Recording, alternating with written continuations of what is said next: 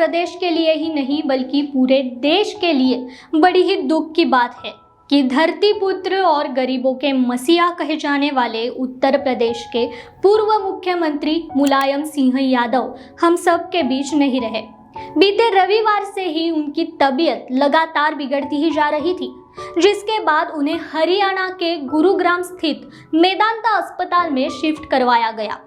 लेकिन इलाज के दौरान सुबह 10 अक्टूबर को अस्पताल में उन्होंने अपनी अंतिम सांसें ले ली, जहां उनके परिवार के लोगों के साथ ही उनके प्रशंसकों का लगातार तांता लगा हुआ है।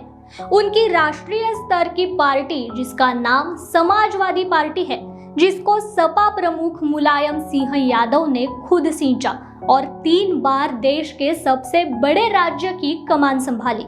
आइए मुलायम सिंह यादव के जीवन से जुड़े कुछ अनसुने पहलुओं के बारे में जानते हैं। नमस्कार दोस्तों, मैं कृपा हेड़ीपा पर आपका स्वागत। दोस्तों, मुलायम सिंह भारतीय राजनीति में बीते 55 सालों से सक्रिय थे। नेताजी अपने लंबे राजनीतिक जीवन में कभी जननायक तो कभी खलनायक के रूप में सामने आए। साल 1984 में मुलायम सिंह यादव जब उत्तर प्रदेश के स्टेट प्रेसिडेंट थे, तब वह एक बेहद ही खतरनाक दौर से गुजरे थे।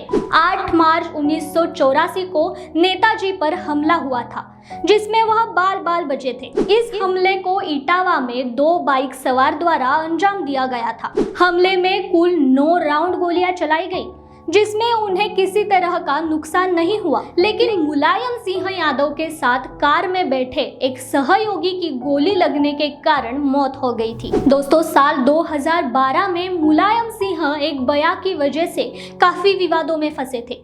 उन्होंने एक कार्यक्रम के दौरान कहा था कि लड़कियों से गलती होने के कारण रेप जैसी घटना होती है, जिसको लेकर काफी विवाद हुआ था। इस बयान को लेकर मुलायम सिंह को काफी आलोचना का सामना करना पड़ा था। दोस्तों, आपको बता दें कि 1990 में मुलायम सिंह विवादों से जुड़े रहे। यह वह समय था जब उन्होंने कार सेवकों पर गोली चलाने का आदेश दिया, जिस गोलीकांड में 16 कार सेवकों की मौत हो गई, जबकि सैकड़ों की संख्या में कार सेवक घायल हो गए। लेकिन बाद में मुलायम सिंह यादव ने अपने बयान में 28 कार सेवकों के मारे जाने की बात स्वीकार की। साल 1993 में सत्ता वापसी करने के 2 साल बाद तक तो सब कुछ ठीक चला, लेकिन 2 जून 1995 को लखनऊ में हुए गेस्ट हाउस कांड के बाद सहयोगी दल बसपा सरकार से अपना समर्थन वापस ले लिया।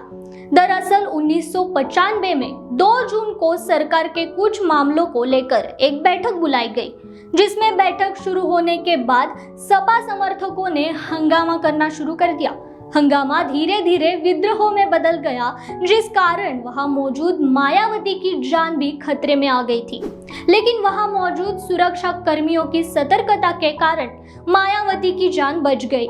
बताया यह भी जाता है कि इस कांड में मायावती के कपड़े भी फाड़ दिए गए थे, जिसका आरोप मुलायम सिंह यादव पर लगा था। दोस्तों, साल 1996 में हुए लोकसभा चुनाव के सपा को 17 सीटें मिली थी। वहीं केंद्र में 13 दिनों बाद अटल जी की सरकार गिर गई, जिसके बाद HD देवगौड़ा की सरकार बनी, जिसके समर्थक में मुलायम सिंह देश के रक्षा मंत्री बन गए।